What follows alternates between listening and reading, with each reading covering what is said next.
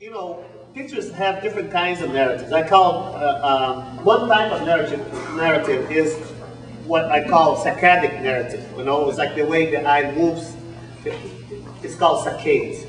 The eye moves. Actually, the human eye is only able to see 2 degrees at a time in focus. Everything is peripheral vision, and because of that, you know, your eye moves in the picture, searching for cues. And then we have this. The brain provides the sensation that everything is in focus. We have a clear, continuous picture of what everything you see. But you didn't know. We're just gathering information by moving your eyes very fast. So fast that we can even see when you look at somebody looking at something. Sometimes you're in a subway, and the subway is approaching the station. By the columns, you see the eyes going like this. Those are saccades. But they're conditioned to one single movement, so we perceive them. In these pictures, what I wanted to do is to create a picture. They call pictures of magazine. They're latent, you know. Based on, you know, if you're in the picture, it's based on the size of the modules to make the size of the saccades themselves. It's something that if you're here, it corresponds to 2 degrees. So you're looking at things that have the same size of what you can see in focus. People don't have to know this. These are the gears behind the picture. You know what you have, but people will ask you. The other type of narrative that I find interesting to engage the viewer is the process narrative. This has to do with, I can only do so much about it because I'm not here explaining the work all the time. Otherwise I cannot make it if I can explain. But this probably will be your job to actually give the viewer some cues of how it was made. For instance, I like all my work to be very ephemeral. So it justifies the fact that it's being photographed. So the work is not, this is, in original, as an original, this is not a thing, but it's a moment. You know, that it's a sort of a performance that only happened for the eyes of the camera for a fraction of a second. This is the result. You know, I was punching holes for magazines and trying to make portraits based on like colors. I made a series of portraits of this, and of many, usually mostly Brazilian people. These are 2 self-portraits. I always start with self-portraits because if the thing doesn't work really well, nobody gets offended, you know?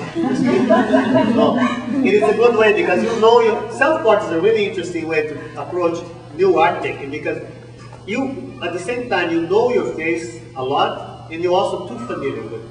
So it's very hard to make your face with the similarities or like the asymmetries and things. You usually think you know it too much and you make mistakes because of that. So people are going to ask you, what is this in the picture, how he did it, and also what size this was in the same time. I leave cues to the size, usually, you know, because this, everybody knows, have hole punches at home, and they know that this is about 1/4 of an inch. When you photograph it with an 8x10 camera, which is the camera that I use, it's a huge camera, and you can allow it makes large pictures in terms of resolution. You know, it allows it to really make something that works from very far and from really close up, you know. There's something about, you know, as an artist, I have a lot of my job consists in looking at people looking at things. So I go to museums and just observe people watching photographs. So that teaches me how to make them as well. I don't know if you have questions of this. There's a moment, I'll talk about this at the lecture tonight, so I'm just going to repeat myself a little bit. You know, a lot of people, they go to a point in a picture and they just stop there. It looks like you have tape on the floor. Somehow they always stop at the same place.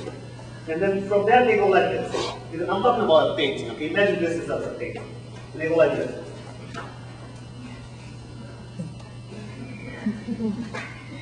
You know, this swinging motion, you know? First of all, you walk to the picture to the point that it comfortably fills your visual field. You know?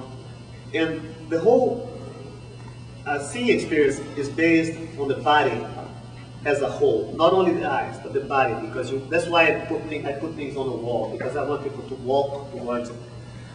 And then you usually stop at the point that it fills your visual, you feel the vision.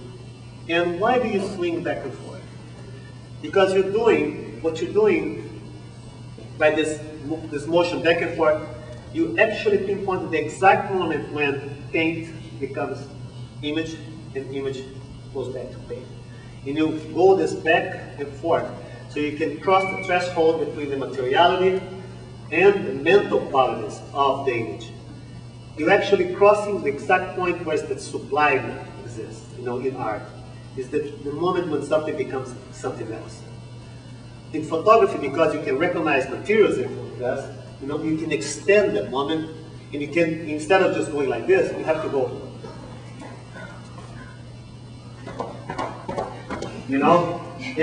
So you can get that sublime a little, much longer. So it's you extend a little bit the sublime of something becoming something else because you take advantage of resolution.